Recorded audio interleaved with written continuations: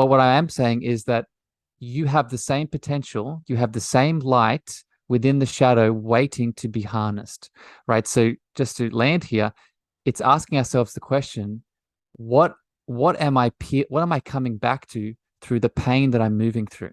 And how can I harness that? Right? Because we all deserve to be here in this planet, in this 3D form.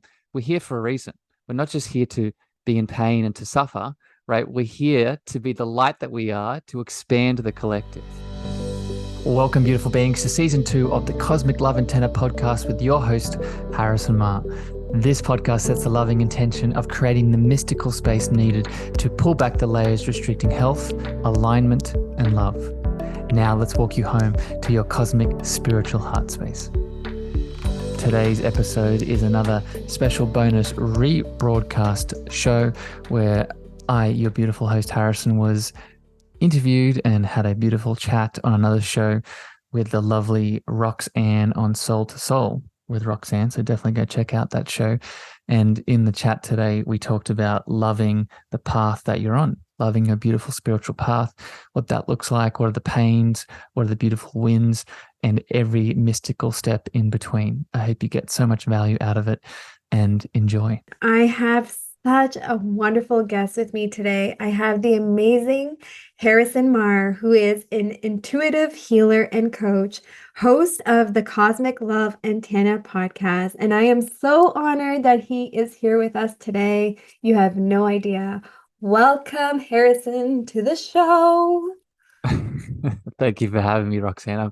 We were just chatting before we started recording about all the love and the light that you were bringing into my world. So I'm excited to reflect that back into your beautiful community. You have so much love and light. I love your energy. It's such a pure and beautiful energy for those that are listening to his voice and for those that will see the video component. Just incredible. You can feel the radiancy coming from the screen. So I'm just honored that you're here today. So, for the preface of our show, we love to get deep and profound and have great conversation. So, for our listeners and for myself, Harrison, what has been your journey throughout your life from the beginning of this physical life to now that really has allowed you to be the incredible intuitive healer that you are today and to be hosting an incredible show? Mm. So I just want to point out, I love that you said the start of this physical life, because I'm sure that you've spoken about this a lot in your beautiful community and platform. But at the stage I'm at now, just before I go back, I've really started diving deeper into my past lives, and I've recently connected to one of my higher selves, and there are so many other lives that we can start to embody in this incarnation that are so powerful. So I'm happy that you made that distinction in this life, because I think that would be a totally other conversation and chat. But to answer your question more directly, I live in Australia. I grew up here in this beautiful country, and I grew up on the land. I grew up on a beautiful acreage and farm, connected to the animals, connected to this beautiful planet Earth that we live on. And I very quickly sort of grounded into that ecosystem and that way of living. And I'm sure we'll talk about this in other ways here today. I grew up as a little boy and as a male that, due to many outside influences, I, put very simply, suppressed a lot of what I was. And a part of that suppression was my sensitivities. And I would put it more simply, a big part of my divine feminine. And when I look back and start to tell this story, I share that component because it was such a big pain teacher that then influenced the rest of my sort of upbringing, my adolescence, and then my thus awakening to the person I am now. And that suppression of my divine feminine, my emotions, my sensitivities, my expression. I just did a podcast yesterday talking about the link between this and sexuality, right? There's so much impact that our beautiful divine feminine has on our being. And what this led to was moving out of Australia, moving out of this upbringing. I finished high school, fast forwarding a few years. I finished high school, and there was a urge and a pull inside of me for something more. And it's funny when I look back on it, that something more was the divine feminine. But at that time, I thought it was something outside of me, right? I thought it was women. I thought it was alcohol. I thought it was sex. I thought it was travel, all the things.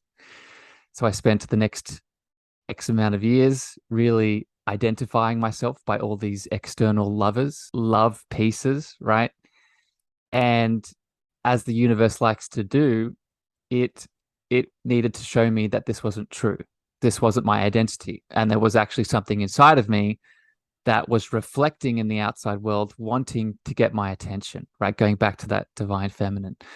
So, long story cut short, this led to a very traumatic event where I was detained, I was deported, I was, you know, cast away as a criminal, and this led to my awakening process, and this led to the only direction I could go now was inside to meet the parts of me that I'd been suppressing for so long. And over the last 3, 4, 5 years, a lot of that awakening has come from that event and has led me to this beautiful light that I am now speaking to you. Wow, what an incredible storyteller you are. Like, what a journey of self-revelation, and to Mm, really lean into that and to understand that you were seeking that external validation, which really obviously needed to come from the internal sense of our validation, of allowing our feminine energy to flow within our masculine energy. And the suppression, we see so much of that, especially in males. We have divine mm, male figures. We see that mhm. they have been suppressed to no end with their sensitivity, with their emotions, anything of that nature where it was just unacceptable. Their anger. Yeah, They were never yeah. allowed to express their anger out of fear. Mhm, People would be fearful of the anger that they would portray, but understanding that because we suppress the tears, we suppress that sadness, we press that aspect of them being able to channel their emotions, to feel their emotions, we then created an angry and frustrated yeah, evolvement of that being, because that's what happens when we suppress. It has yeah. no other way to express itself.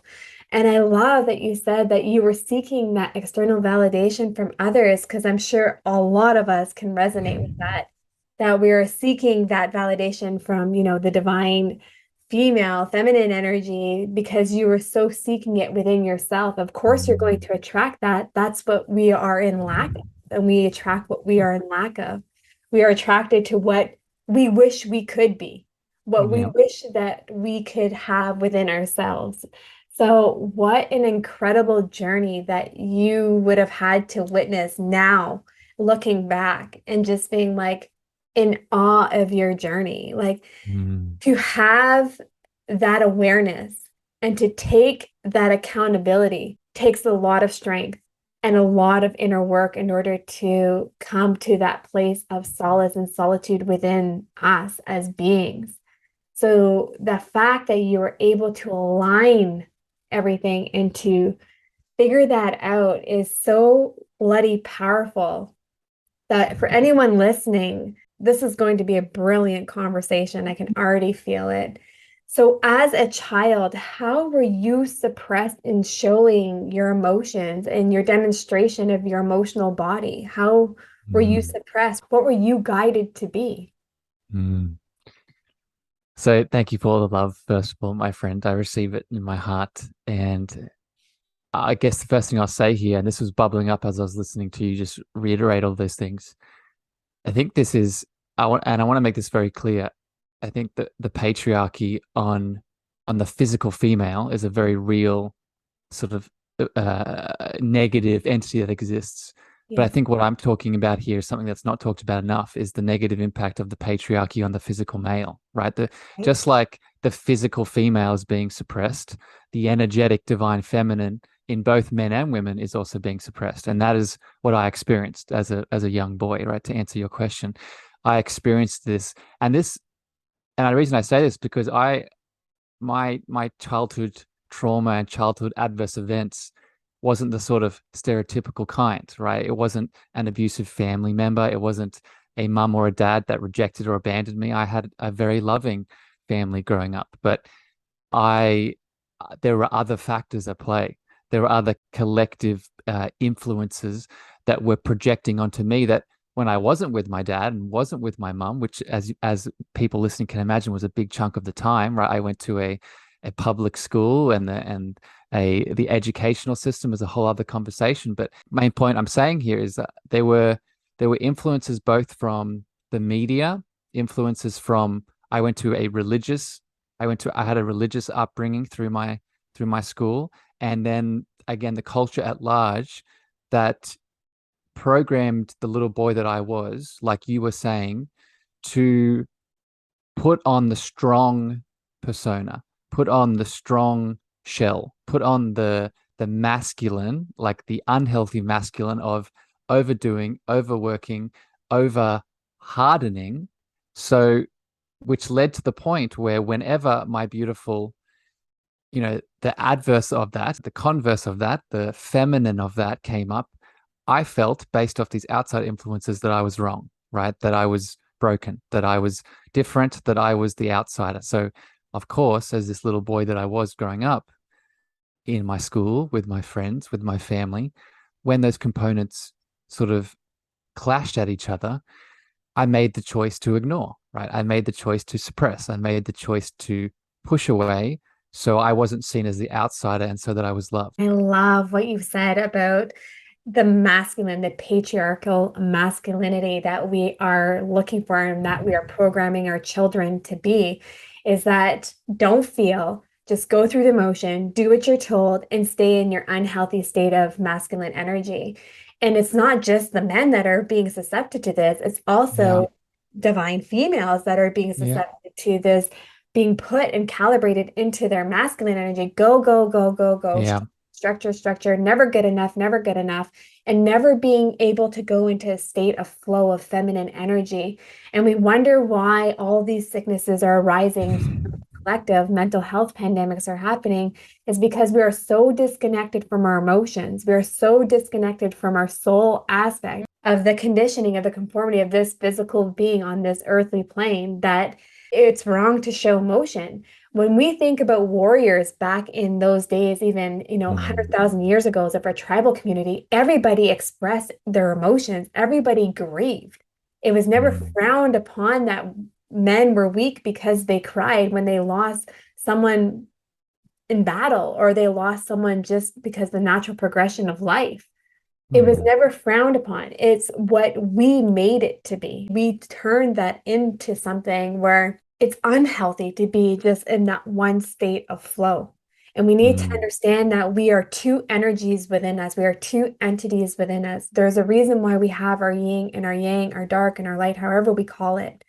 And it's important that we are flowing between the mechanisms of both those energies to have Mm. harmonious synchronicity. And I hate the word balance because there's no such thing as balance when it comes to our soulful being. That's like a scientific measure, like Yeah. it's about just being able to have that synergetic flow between our energies. When, some days you're going to feel more in your masculine, some days you're going to feel more in your feminine, Yes. and both are acceptable. And I just add to this, Roxanne, because I did a show yesterday about this element here of the divine feminine, but specifically how it enters into the spiritual world, right? Because I know that's probably what we're going to talk more about here today. An example of this, suppression of the divine feminine within the spiritual community is this idea that we always have to be working and suffering to reach the spiritual heights, right? To reach the spiritual awakening, to reach the worthiness of spiritual expression, right? And there's this idea, and I think, and I don't mean to give any negativity to maybe some of the beautiful religious people listening. I think there are powerful, mystical, loving foundations of all religions, but unfortunately, there's a lot of man-made dogma that leads to separation. And one of those pieces of dogma is that we need to constantly be, as it's as popular in the community at the moment, chopping wood and carrying water to get to the spiritual heights, right? The masculine of the doing. And while I think we do need an extent of loving spiritual discipline and devotion, we also need that, again, that divine feminine of being and allowing, right? Being in the feminine womb of purely just sitting in meditation and not doing anything at all, right? Being in a state of no mind, right? No thinking, no doing, no acting, and receiving the divinity that we are, right? So I just share that example with you and your beautiful audience because that is how it seeps into the spiritual world, to think that we always need to be working on our spiritual practices. And when we're not working on our spiritual practices, we're not worthy of the divinity.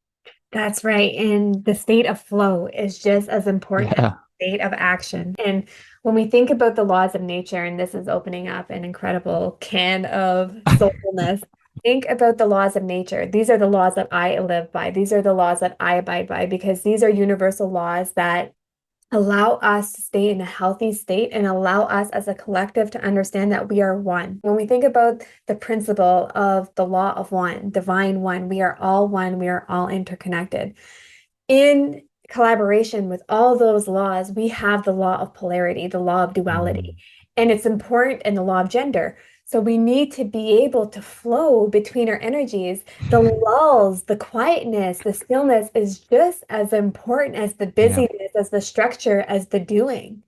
And when we negate on that and we think that we have to keep building momentum, we create that resistance throughout our journey. We're Yeah. creating that resistance within our path because now we're going on conditioned beliefs. We're not following our spiritual guidance. We're going on a belief system that we think we need to attain a certain level of our soul and self mastery journey in order to go to the next level. Yeah. So again, we're allowing that conditioning to come into us where we need to be able to start feeling that connection to not just our emotional body, our intellectual body, our spiritual body, our physical body, our astral body, our cosmic body, all these incredible elements of who we are. And when we guide ourselves in that way, like, hey, today I'm overbooked and I really just need to be in my feminine energy. It's about clearing out your day and listening to what your body and everything is telling you to be in alignment. And Mm, that's not always easy. It's not always something that we want to do, but it's important that we are doing it and understanding mm, that that quietness, that day that you just need to sit on the couch and meditate or go through a journey or do whatever brings you that solitude between your intellectual body and your emotional body. And being in that state of Zen and state of peace, if it's just laying down and having a nap and being in that flow of connection. When we're calibrating too much, and this is when you see, I'm sure you've seen in the spiritual realm, is that exactly to what you said. It's like, go, go, go, go, go. I got to mm, do this. And I have to practice every day. I have to do this every day. I have to. That's not being in your feminine energy. That's being in your mm, masculine. You're mm, going on conditions that you think that you have to have routine and structure, which was construed by society. mm, It wasn't construed by our soulful essence. When we're going mm, into the soulful element, we need to tap into the soulful element and follow that guidance. mm. Love it, my friend. I can feel the passion growing in you.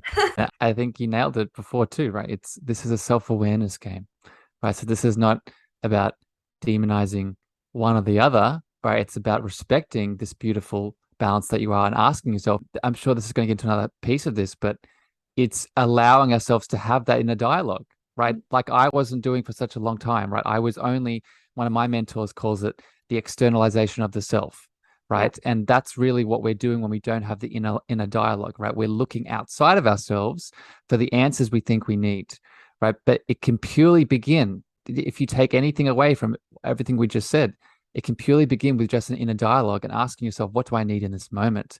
And respecting your voice above all the others that might be projecting onto you. And exactly that. And you are your own advocate. We are our own Yeah. advocates, and we understand what powers we hold within us. And I love what you're saying about external validation because we're always seeking external validation because we're conditioned to think that we don't have the answers. Google Mm, doesn't have our answers. We can have guidance throughout our journey, but the right spiritual mentors, anyone that is guiding you, will tell you your answers are within. It's about asking the right questions and the right elements to be able to really retract that information that you can actually utilize it throughout your journey opposed to utilizing it against yourself. mm, Being in cyclical patterns, unhealthy behaviors, unhealthy, reactivities, activations, triggers. about setting that aside and being able to heal through that, because we can't heal through something we're unaware of. We can't heal an aspect of ourselves that we don't understand is actually something, a component of us that actually needs to be healed within us. Mm. So when you were a child and you were going through these motions and you were seeking that external validation and you were going and you were stepping into these relationships and you were giving pieces of yourself in order to hopefully maybe try and be fulfilled, as we all have. You know, I can't speak for everyone, but I know I have as well. When you were going through that journey and you were looking for that fulfillment within others and you were still feeling unfulfilled at the end of the day. And then you went to jail. You had an experience where you were being deported. What was sitting on your heart? What said, I need to dig deeper within me and not place the blame on everyone else on why you were where you were within your journey? Mm. So it definitely was not a I don't want to I'm looking at your beautiful background, my friend, and I see the rays of God and the angels coming down. It definitely was not an experience like that, right? It was for me, and again, everyone's journey is different, but for my journey, it was a gradual pulling back of the layers, right? So a big part of my work in the world now is what I went through myself, is pulling back the layers of the Jungian to come back to your truth, right? I don't think, especially within the spiritual context, this is not a gaining of something. This is a pulling back the layers of remembrance to come back to your divine truth. And for me, it was really that. It was a slow progress of realizing that something needed to change. Right? I obviously couldn't keep doing what I was doing, because at that point in time, when I came back to Australia from that event, there was no other option for me. All the things I'd been doing up to that point had been suddenly taken away. And not only had they been taken away, now they had been flipped and were telling me now that I was a horrible person, that I was something that even at that point in time, I intuitively felt that I wasn't. So it actually started with what I was saying before, some deep inner reflection and asking myself the question, what is needed? What do I need right now to start going deeper into myself to take a step forward? And for me, it actually followed a really interesting progression. I started my first step was becoming a physical personal trainer, where I was focusing solely on the physical body. But then as I started to get more proficient at that, I started, I was the personal trainer that in between sets would be asking the beautiful souls about their weekend, about their relationships, about their emotions and their feelings. So then it progressed into doing a lot of mental and emotional work. But then I realized, oh, there's more here to this. There's another deeper layer that I could go. And then that transcended into a lot of the spiritual healing, Reiki activations, chakras, all of the energetic and spiritual layer that I eventually landed at. That's so incredible. And like, what an amazing journey to witness. Being from the starting point to seeing where you are right now and looking back and having that reflection of knowing how much work it takes in order to get to the place that we are, of that place of solitude, that place of Zen, not understanding that's not always a place of Zen. We do have our emotions and we are human beings and we do feel them, but being okay with them and honoring them and having compassion and grace towards ourselves as we are navigating throughout this journey. So for you to have taken something that most would have victimized themselves over, Mm, you chose to rise, you chose to become victorious over your journey. You decided that you wanted more for your life and that you knew that you were more, as we mm, all are more. And when we think about infinite, we think about unconditional love and about finding that connection to self. And I always say the most beautiful love story of all time is when we fall in love with our soul mm, for everything that it is and for everything that it isn't. And understanding that we're infinite. We can have everything and manifest everything we desire for our life through our mm, soulful essence. Any knowledge we want to attain, we can attain it. Anything that we want to move forward in life, we can attain it. It's about believing in who we are and being in alignment with who we are. So for you throughout your journey of knowing that you were already healing people by being a physical trainer, personal trainer, mm, you were already having that contact. And how did that feel inside of you, knowing that you were able to guide others to heal these elements within themselves by doing that deeper work for mm, themselves? mm. So when you asked that question, I had a memory pop into my head that I haven't thought of in a while. And when you ask, what did that feel like? I remember the first day when I made the choice and then had my first sort of client come to me to help them with their physical body at the time. I remember riding home from the place I was working at, and I had my mum on the phone, and I was calling my mum and I was sharing with her that I did it. I'd stepped into the path. I'd stepped into the path that I, for so many years at this point now, was looking for. That I was looking for a way that was in alignment with the light that I'd been feeling, right? A way that was not just something to pay the bills, wasn't something to just, get done. It was in alignment with who I was, and it would eventually change and progress and evolve. But at the time, it felt like I was on my soul path. And I think this is the big differentiating element here that I guess I can express for people listening is, in my opinion, there's one or two paths we can be walking at any given time, right? There is our soul path or our ego path, right? The ego path is the one that I was walking for a very long time. That was giving me a lot of short-term gains in terms of alcohol, women, travel, all the things, but was leading to long-term suffering. Where the soul path is kind of the opposite of that. It's using another metaphor here. It's instead of swimming upstream, we're now flowing down the stream with the current, and life and the world is flowing with us. And that was the realization in the moment, right? I'd finally made a choice now that was more consistent with my soul path. And I don't want to make this out for people listening as it was all heaven and rainbows from that point onwards. No, I think this is a beautiful evolving journey. And like you said, this balance is not one state, it's going back and forth. But for me, it showed me for the first time in a very long time that I could make a choice from this space. And if I could make one choice, right, I can continue making more choices of alignment. I love this. And it's so funny because I just did a talk on wisdom about the flow and about allowing our energy to flow and not causing that resistance, but not being in the negative state of what we're trying to accomplish here. But when we are trying to flow upstream, which is impossible, we cannot flow upstream. We are creating that resistance within our path. But when we understand and we acknowledge that we need to surrender, we need to be in a state of allowance and to trust, right? That state of deep trust that you know that you're going to be okay regardless of any outcome that comes your way, and being able to release that sense of control, of trying to control everything on the external of who we are, and focusing on that internal locus of control of what we Mm. can as human beings control within our own dynamic of our Mm. own power, and creating that flow of energy and allowing ourselves to push down the river and to flow down the river as we should, opposed to being, and we wonder why we're drained. We wonder why we're exhausted in life. It's because we Mm. keep trying to swim upstream against the current.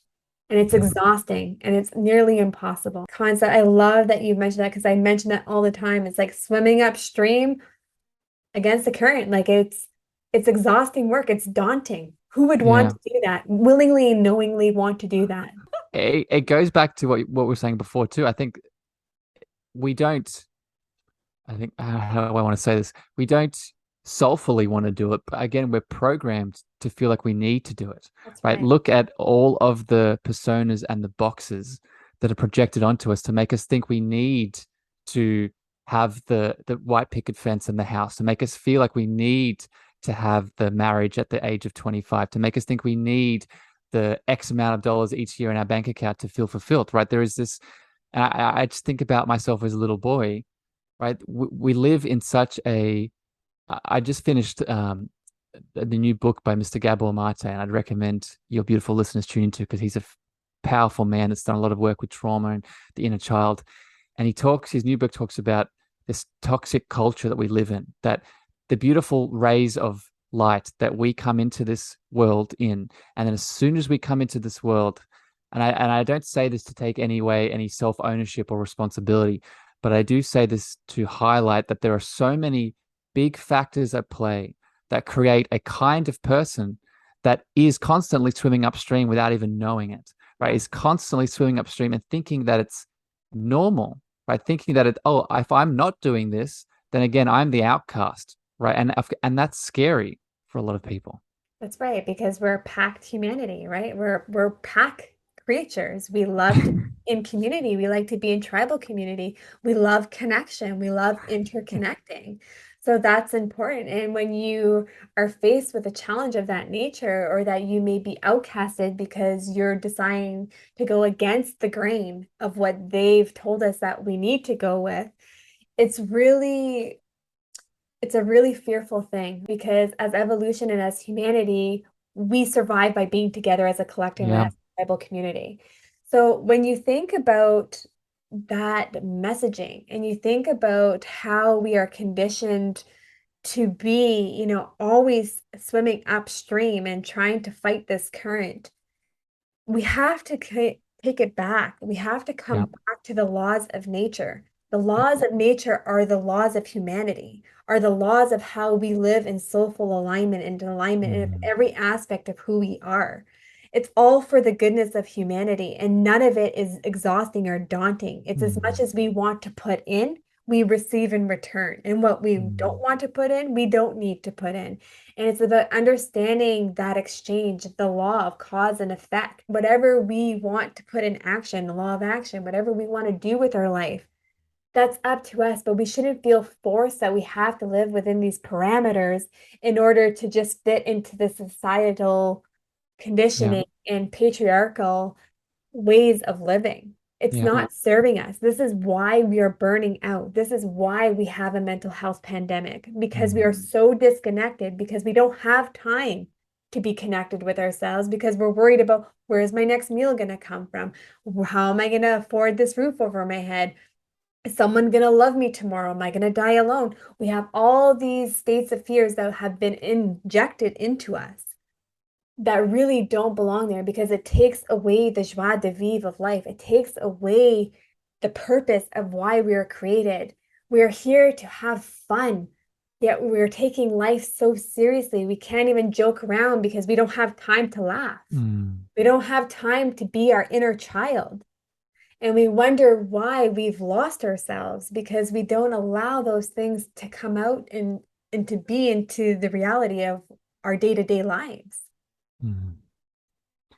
I'm just listening to your beautiful expression here, and I keep getting first of all, I just want to describe to people. I keep closing my eyes, and whenever I close my eyes, I do it to channel in general, but I see you, my friend. All I can see as I close my eyes is a beautiful ray, your beautiful light body as you're expressing. So I just want to thank you for tuning into all that you are, because that's all I can see. But aside to that, just to make this simple for everyone, right? Just to make this, we're going into a lot of spiritual depths here, but just to make it simple, right? Because I think a lot of people are on different stages of their journey and awakening. It Absolutely. just it just begins with, I teach a lot about the chakras, right? And I think this is a good way to describe it. The chakra centers, right? They flow up from the root up to the crown. And there's a reason there is an upward flow. It's because there is an order that needs to be followed, right? And the first chakra, the root chakra, what are its themes, right? Its themes are, one, the physical body, but two, the themes of safety, security, and support. So if you're finding yourself within this collective, within all those elements that you just beautifully highlighted, confused, stressed, lost, wanting more, then just make it simple, right? First step, in my opinion, is coming back to the body. First step, in my opinion, is, if you're not feeling safe, remembering that you have all the power in the world to start giving that safety back to yourself, even if it's just a simple breathing into the belly and breathing slowly out through the mouth. Mhm. And then, right, then take the next step. Absolutely. Absolutely. And when we are able to tune into ourselves and allow ourselves to tune into ourselves fully, without feeling like this is what we need to do in order to be on the spiritual path, and Yeah. really knowing that that is the root of who we are. That is why it's called the root chakra. And Mm-hmm. that is the understanding, is that we can also hold a lot of trauma within this chakra system. And if it's not functioning and if it's not calibrating itself in the right way and it's not allowing ourselves to be grounded and to have that safety, there's a reason, there's an underlying cause that is happening there that needs to be Hmm. discovered because we can't heal what we don't acknowledge. We can't heal what Yep. we don't know. So it's about doing that deeper work. And I always say, like, if your why doesn't make you cry on why you do something, it's not the real why, it's the superficial why. I love that. Because that why will resonate so deeply because that trauma has imprinted itself so deeply within your energetic Mm. imprintation and, those I disruptions. think so. First of all, I love that. If your why doesn't make you cry, that's a beautiful expression. And what it shows, and I think this is what a lot of people miss, is our answers are through the pain, Yeah. right? Our answers. Another quote I'll add on to this is the cave by the beautiful Joseph Campbell, right? The cave that we fear to enter holds the treasures that we seek, Yeah. right? And this is why I love doing the work that I do, and I'm sure you love, the what you're showing up in the world as, my friend, is we sometimes get lost in the sake of healing for healing, right? We think that we step out of the victim mindset, which is beautiful, but then we fall into the superhero archetype where we're just healing for the sake of healing. And do not get me wrong, we need to pull back those layers, just like you beautifully said, to come back to our why, to cry, to do all the things. But we must understand what is on the other side of the trauma, what is on the other side of the wound, what is on the other side of the pain. And on the other side is you coming back to more of yourself, right? In my journey, right, in all those inner child elements that I talked about, I haven't just healed them, I haven't just integrated them. I've done all those things, but now taken the light that I've unleashed from those wounds and now I've shared it with the world, right? I have my podcast, I have the coaching that I do. And I'm not saying this to everyone listening, to you to be like, okay, you need to start a podcast, you need to start coaching, maybe. But what I am saying is that you have the same potential, you have the same light within the shadow waiting to be harnessed, right? So just to land here, it's asking ourselves the question, what what am I coming back to through the pain that I'm moving through? And how can I harness that? Right? Because we all deserve to be here in this planet, in this 3D form. We're here for a reason. We're not just here to be in pain and to suffer, right? We're here to be the light that we are, to expand the collective.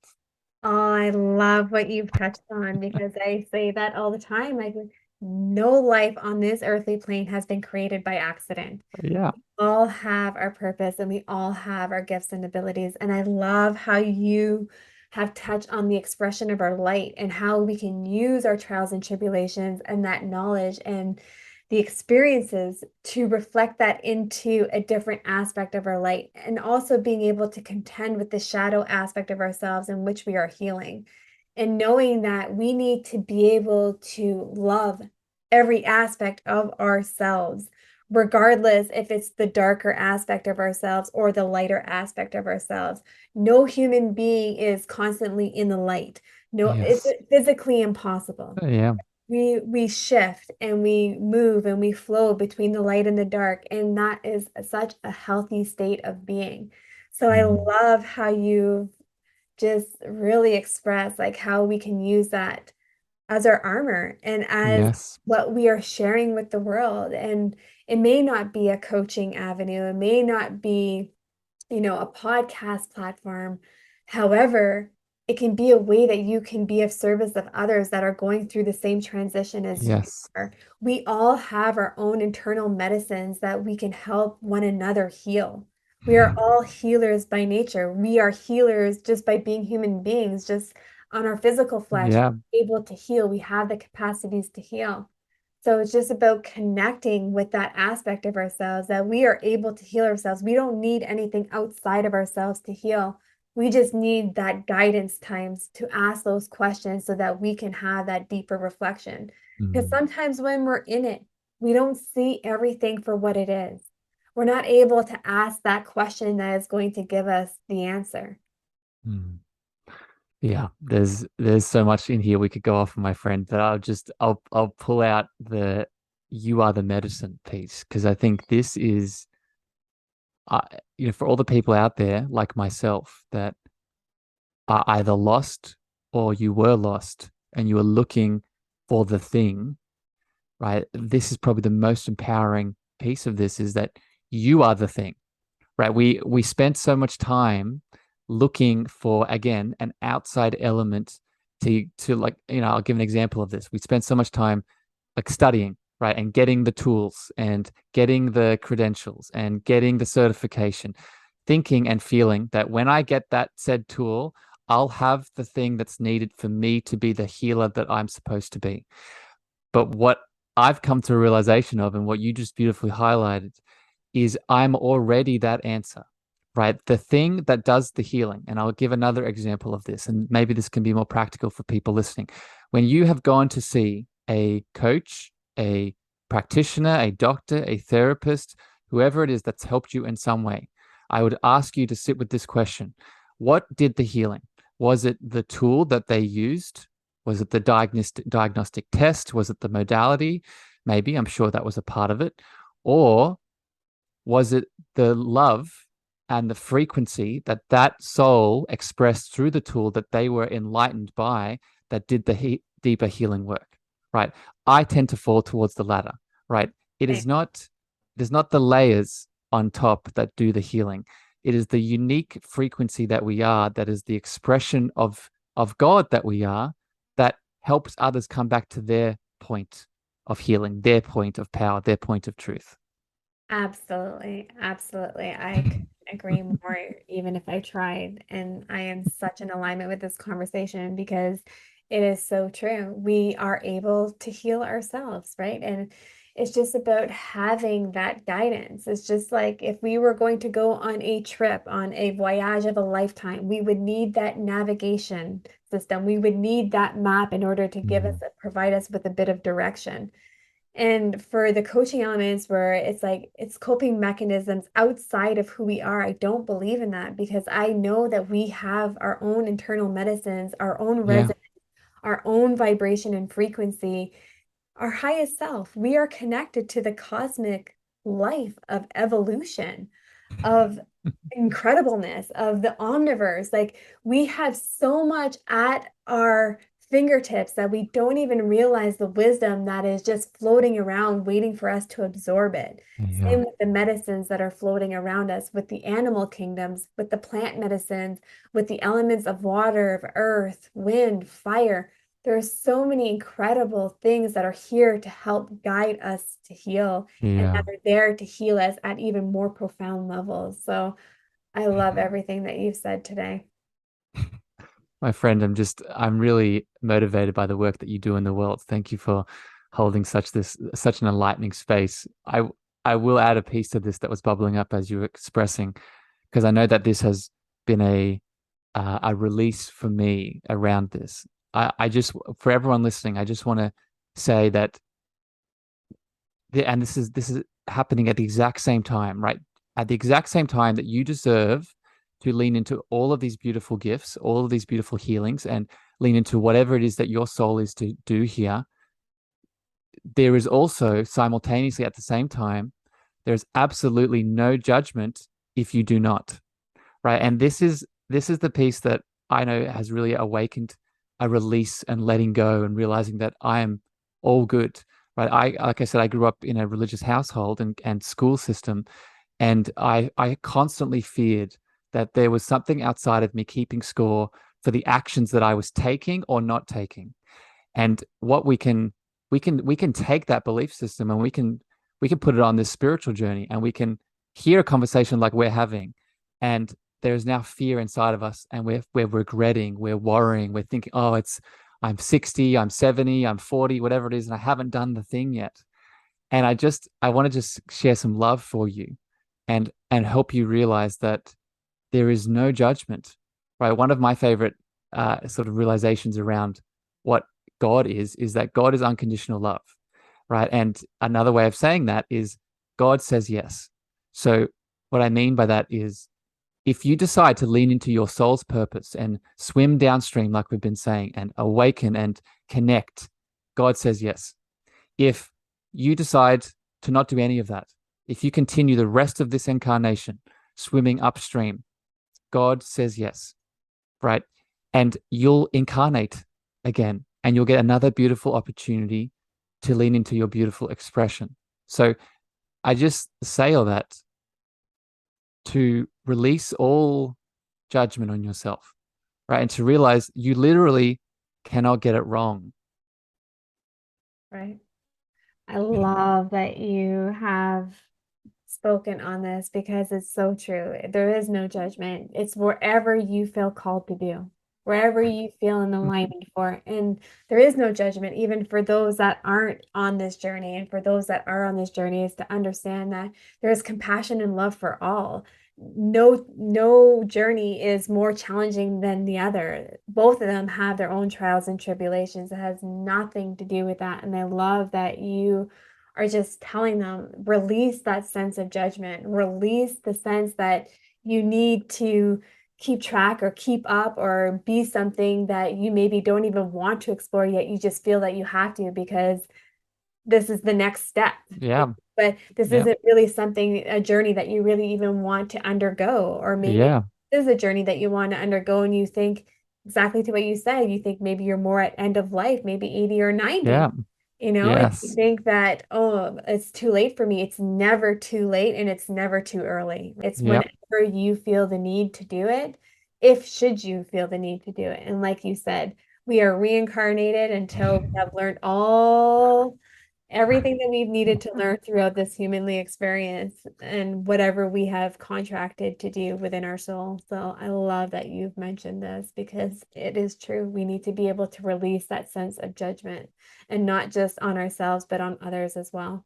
And not judging them where they are in their journey. And I see a lot of this in the spiritual realm of the awakened opposed to the unawakened.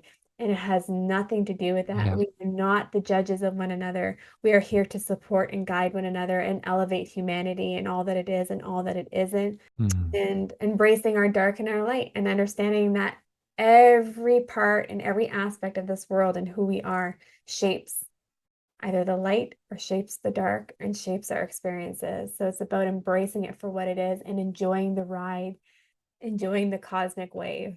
The cosmic reference has come up so many times in this chat, my friend, and I'm so happy for it. I think if it's okay with you, I'd love to describe, what I think an image that can really encapsulate this, right? I reference the name of my podcast is the Cosmic Love Antenna. And I think what this has helped me see, and this can probably add on to what we've just been saying, one way to sort of encapsulate all of this with that light and dark that you were just highlighting. And this helps me at an individual level when I take steps throughout my day, right? What would it look like to be the cosmic container of love that holds everything that we are, right? And the reason I say this is that from a spiritual lens, and this is a work in progress for me, but something I always try and come back to, we can understand that we are not our emotions and we are not our thoughts, right? These are things that move through us that we deserve to experience fully. But if we become identified and feel like we are the thought or the belief of a religious person or a black person or a white person or whatever the thing is, the belief is, or I am the anger, I am the grief, I am the sadness, right? We stay in those experiences and we stay in the small self. But what we need to step into and open up to is that we are more than that small self, right? We are the larger self. We are that oneness. We are that source of where those identities come from. And a way of describing that source is a container of love, is a cosmic container of love. So to make this practical for people listening, what we can do on a day-to-day basis when we experience both the light and the dark in all of its forms, we can ask two questions. One, what would it look like to be the container that holds all of this, right? Without judgment, without expectation, and is the container that holds every single piece of me. What would it look like? The second question we could ask to make this even more practical is the next choice that I make within that container, what would it look like if I made that choice from love, right? Because we're often making choices from separation. We're often making choices from illusion and tension. So if we can simply ask the question and then make a choice from love, now we are moving beyond that separation, right? Now we're moving beyond that illusion. And in my opinion, coming back to what reality actually is. Absolutely. Absolutely. And just, you know, beautiful to what you said, and just holding that space for ourselves and that container to figure that out. Because that's where the challenge lies when they're really trying to explore that. Even for myself, when you don't understand exactly that you're doing, and you don't understand exactly why you're being activated or why you're being triggered, it's important to be able to have that dialect and have those dialogues of conversations with others, and being able to have that community of support. Because when you have that support, you're able to then even have a little bit even more profound reflection, because we can't always see our blind spots. We can't always see why we're being triggered, or why, or that we're even being triggered, even though we're reacting in a triggered manner. So I love that we are bringing back the audience to really just hold those containers of safety, and being Mm-hmm. able to explore self and all that we are, and all the beings and all the elements that we are, because that is of such high importance as we are going through any aspect of our journey, so that we're not holding on to these emotions that aren't serving us. We're not holding on to this trauma that we're allowing to define us, but isn't Mm-hmm. serving us and is keeping us stuck. So allowing those emotions, those thoughts, and understanding exactly to what you said is that we are not our thoughts and we are not our emotions. This is part of the physical experience. This is not the soulful element of who we Mm-hmm. are.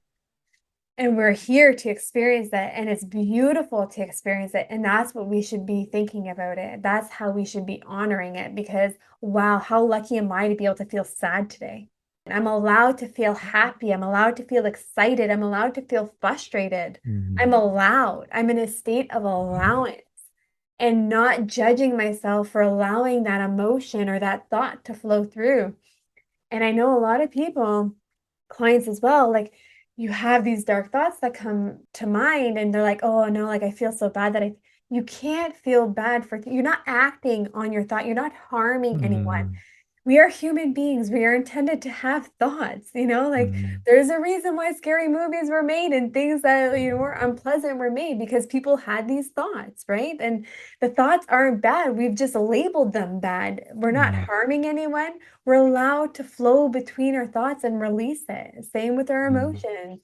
Same with every aspect of who we are in the physical capacity that we are. So I love that you've mentioned that. You are such an amazing guest, Harrison. I can't even tell you. Definitely one of my favorites. Ah, thank you, Roxanne. Well, I receive it. I receive that love, but I would say it is a reflection of you, my friend, right? You know this, and I'm sure your beautiful audience knows this. You attract what you are, right? So I am a manifestation of the light that you're bringing in the world. So I receive the love, but I do have to boomerang it right back at you. I'll take it back. Thank you. But, it's just been such an enlightening conversation. I love your style. I love the way that your messaging has landed for me. I can just imagine how it's going to land for our listeners as they are listening to this. So, for anyone that really is seeking something a little bit more, or know that they need some guidance, or they just know that they need to be able to have that safety of Mm. being able to have that self exploration, make sure that you connect with Harrison, and I will ensure to leave all his details into our show notes. So, Harrison, thank you so much for being here. It has truly been an honor. Before we leave, is there anything that is sitting on your soul, on your heart, that you want to share with our listeners before we sign off today? Well, Roxanne, I just want to say before I do share that, thank you for bringing me on the show, right? Thank you for holding this space. I spend a lot of time holding space for other people, and I love it, and I'm grateful for it. But it's a totally different thing. Just for people out there listening, if you haven't been on a show before or done an interview, it's a totally different thing to be held in a space of another. So I want to honor you. Thank you for the divine energy and the soul that you bring this world. The the point that I would end with, and you hit on it a moment ago, and I really just want to stamp it home, is really be grateful for this entire experience that you're moving through. Because I know it can be so hard to get stuck in the lows, and it can be so hard to stay in the highs. But when we use the power of gratitude, we then equalize everything, right? We don't devalue the low, or we don't devalue the high, but we're saying we're thankful for every single piece of it.